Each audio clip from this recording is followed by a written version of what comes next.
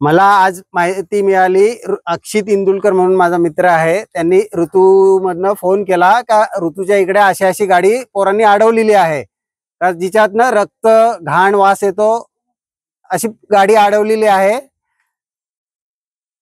ती बघायची. पोलीस वगैरे मागवलेत, बोलवलेत, आम्ही जरा लवकर या तुम्ही. तर मग आम्ही सगळे आलो, बरेच जण, शत्रुघ्न भोईर वगैरे असे कार्यकर्ते आले आणि पोलीसवाले साहेब लोक डम्पिंगला गाडी घेऊन चेक करण्यासाठी आले. तर ते आम्ही चेक करतोय तर पडग्याचं जे हलाहल कंपनी आहे डोहले गावाला, त्याचं वेस्टेज इकडे आणून केडीएमसीच्या जे बी वॉर्डचे जे ड्रायव्हर लोक आहेत कचऱ्याच्या गाडीवरचे आणि जे कोणी कॉन्ट्रॅक्टर त्याच्यात इन्व्हॉल्व असतील ते यांच्याबरोबर इन्व्हॉल्व होऊन गाडी रस्त्यामध्ये थांबून त्याच्यात ते वेस्टेज लोड करून इकडच्या गेटवर ही लोकांना सुपरवायझर लोकांना माहिती नसेल का आपल्या डम्पिंग मध्ये ही घाण पडते, तर तेही आश्चर्यचकित आहेत. आणि आज आमचा ह्या गोष्टीला विरोध आहे का आणि ह्याच्या पूर्ण जडपर्यंत जाऊन चौकशी व्हावी ही सर्वांना विनंती.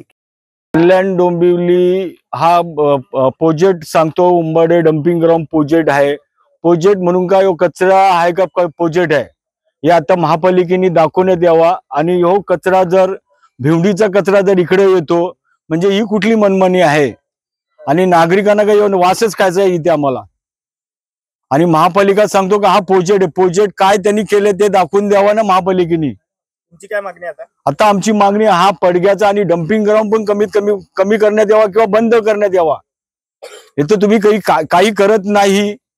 सांगता का तुम्ही आम्हाला प्रोजेक्ट आहे, गावाल्यांनी विचारलं तो प्रोजेक्ट आहे आणि सांगतात काय केले प्रोजेक्ट म्हणून. एवढा मोठा ढिगा आधारवाडीपेक्षा जास्ती झाला. आधारवाडीचा जवळ 30 वर्षाचा पूर्वीचा, हा 2 वर्षात झाले एवढा डम्पिंग.